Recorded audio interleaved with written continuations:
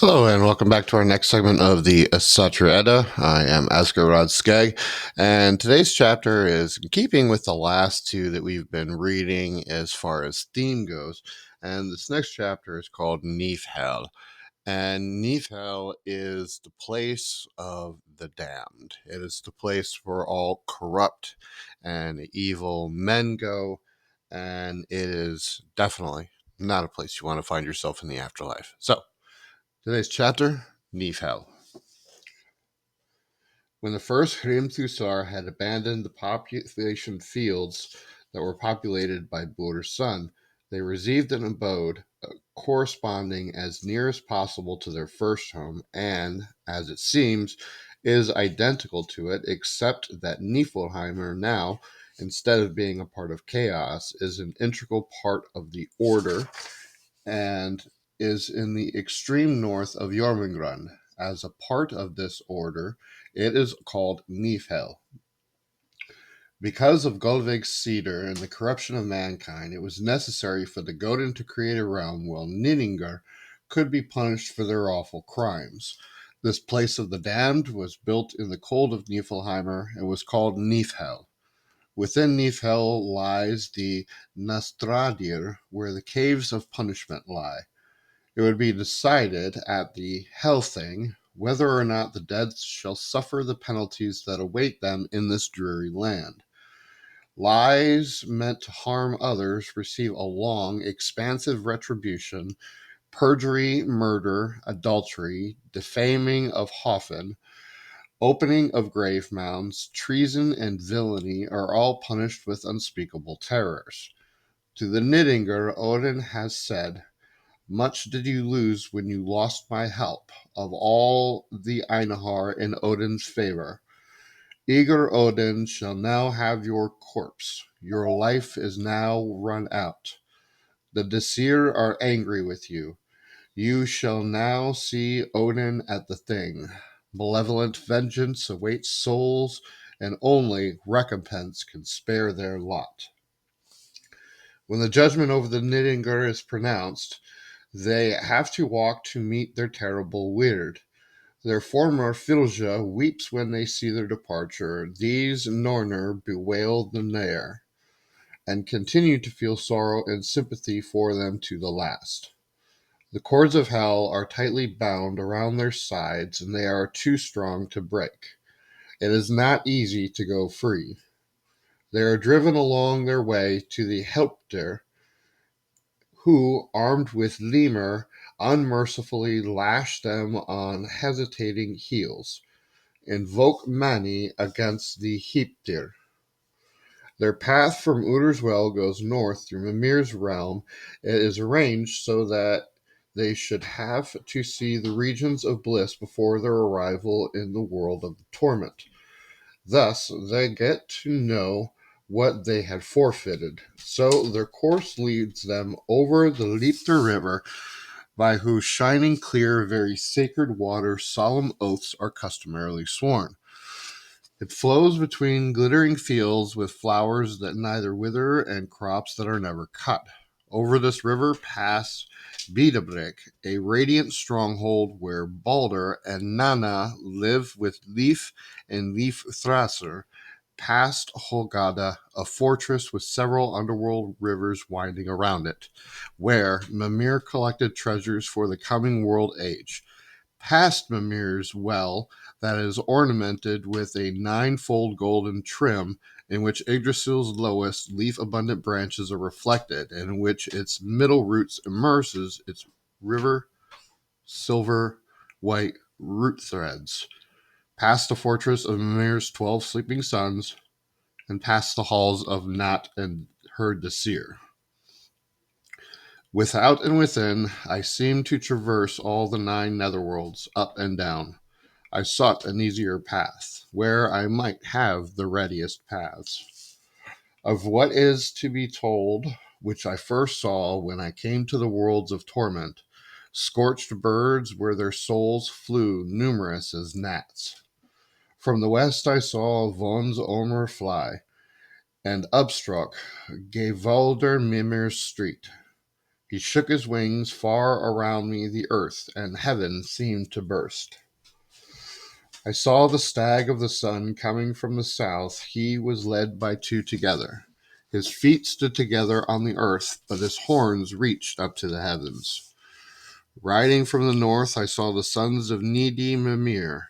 There were 12 in all. From full horns they drank the pure mead of Bogregin Mimir's well. The wind was silenced, the waters stopped their course. Then I heard a terrible noise. Fickle wise women ground earth for food for their husbands. These dark women turned bloody stones into sorrow. Their bleeding hearts hung out of their breasts, tortured with great suffering. The sound of the Hervelgamir well surge and the motion of the Grotai mill is stronger as they approach the southern slope of the Nifhel. The procession goes up into the mountain range through valleys and gorges, where the rivers flowing through Hervelgamir seek their paths to the south. It leaves Hervelgamir and the Grotai mill behind and sets across the bordering waters of Hran Elivagar. Behind this rises Nifhel's black perpetual mountain walls. Moving on, they see in the near distance a gloomy, decaying place looking most of all like a misty cloud. Nifhel is a sunless region, a land that knows neither stars nor light of day, but is shrouded in everlasting night. Stakes raised at intervals along battlements display the severed heads of men. Before the gates, called Nagridar, they find Garmer, an uncommon savagery, keeps vigilant over the entrance. Howling and barking at the gate from the gatekeeping hounds of Nifhel betokens the arrival of the damned. At the Nagrindar, the dead are given a deathly drink called Edda, and here die dead men from hell, just as those blessed with Lofstir receive the Dairar Vegar. The damned must drink this poison to die their second deaths in Jormungand, and thus become a corpse for the second time. This poison is said to come from the veins of the demons in Nifhel and restores their bodies, but only so they can feel the torments that await them.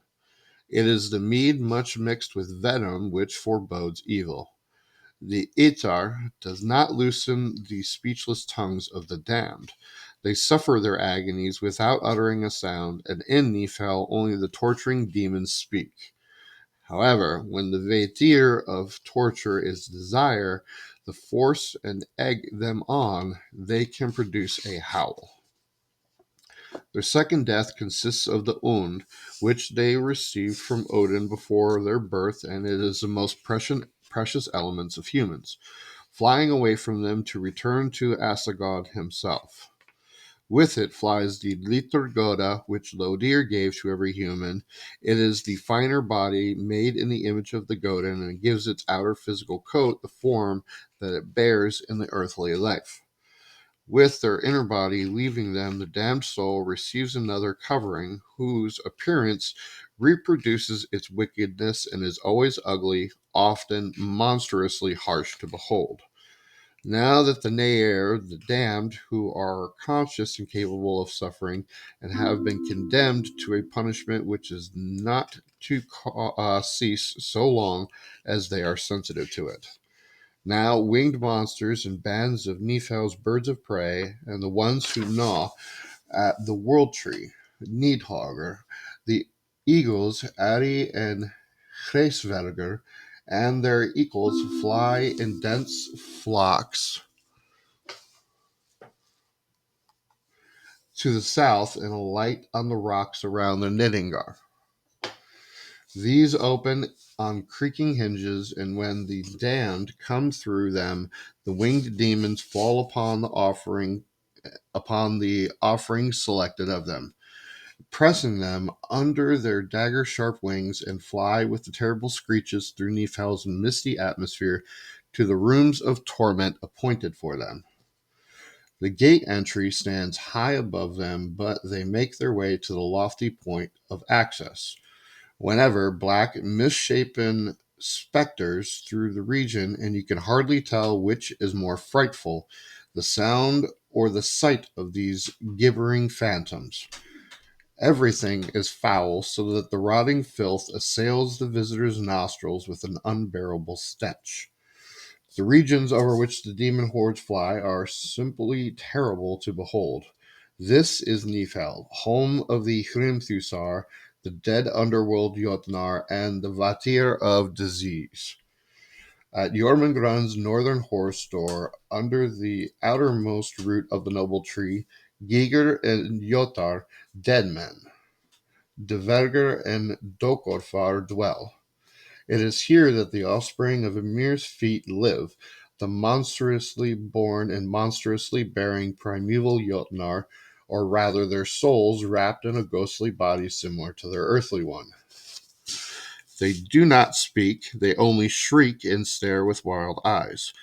They live together in the great hall, while the members of the younger Jotnar race live in the garter scattered over stinking marshlands, through which a river flowing from Helvergamir to the north seeks its path in muddy beds.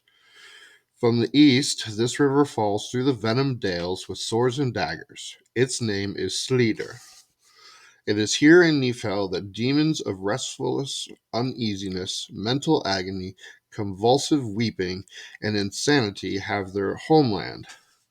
Topi, Opi, Morn, and Otholi increase torment and tears, while Tremor shall bow them to the earth. It is here that the Vetar of Disease live with their queen, Loki's daughter, Liken. The atmosphere is perpetually filled with mist. However, this dreary land is only the forecourt of the true place of torture. An abyss leads from there down into the 9 enormous caves of punishment situated below Nifhel. From the abyss rides a repulsive stream, and the river Cedar spews dark, slimy masses of water down its slope. It is in this abyss that the Nidhogger and the other flying demons purge with their offerings. Before they deliver them, they bore their beaks, jaws, and claws into their limbs and tear them to shreds.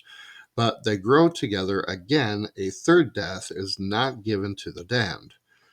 After this, they are divided between caves of torment in accordance with their mortal sins and they have committed. I saw many a men go wounded on these ember-strewn paths. Their face seemed to me all reddened with reeking blood. There Nidhogger sucks the corpses of the dead, and the wolf tears men. He gorges on the feasts of cowards' corpse, stains the rulers' homes with blood. Goin shall sooner pierce me to the heart, and Nidhogger suck my brains. Leaner and Langbach tear my liver, then I will abandon my steadfastness of heart. In Nastrond you shall be given to Nidhogger. I saw many men gone down into the earth who might not have holy Blatar. Stars of chaos stood above their heads, painted with deadly characters. I saw those men who harbor much envy at other men's fortune. Bloodied runar were painfully engraved on their breasts. When I saw men, many unhappy, they were all wandering wild. This he earns who is infatuated by the world's vices. I saw those men who had in various ways acquired others' properties. In crowds they went to Castle Covitos and bore burdens of lead. I saw those men who had bereft many of life and property. Strong, venomous serpents passed through the breasts of those men. I saw the men who would not observe the holy days. Their hands were firmly nailed to hot stones. I saw those men who had uttered many false words to others. Hell's ravens miserably tore their eyes from their heads. Swear no oath if it is not true. Horrible lemur fall heavy on broken faith. Accursed is the oath breaker. The sons of mortals who wade in Vagelmir will be cruel, get a cruel retribution, for they have uttered false words against others. Long shall they be tormented with lemur. You shall not get to know all of the horrors of hell's inmates suffer. Pleasant need end in painful penalties. Pains ever follow pleasure. The 9 realms of punishment consist of 9 enormous, vast mountain grottos, joined to each other through opening breaks in the mountain walls and obstructed by gates, and have guards standing outside of them who, by shape and conduct, represent the need of the Niddinger they watch. The cave of punishment, located in the furthest north, is called Nastradir, because one can fare to Amsvartnir Sea through a gate in its northern wall. In a forecourt outside the garter, these guards, Dokodfar, who maintain a fire from which the smoke eddies to the immensely long hall that is built in the cave of torture. The cave mouth is unsightly, the doorposts are in disrepair, and the walls black with filth. The ceiling dingy, and the floor infested with armor. Everywhere and everything is offensive to the eye and mind. On Nastringdir is the large and unpleasant hall, and its doors face north. It is also woven out of armor's bodies like a wattled house, and the armor's heads all face inside the house and spit poison, so that rivers of venom flow along the hall, and waiting those rivers are oathbreakers and murderers. The hall stands far from the sun of Nastringdir, with doors open to the north. Venom drips falls through the roof holes.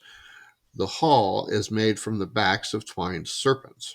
There, wade through heavy streams, perjurous men and murderers. The wastewater of the venom falls on him who seduces others' wives.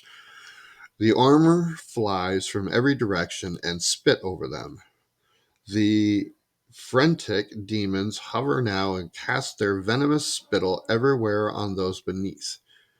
The venom can remove limbs as if it had been sliced off with a sword, but the ne'er always regrow them.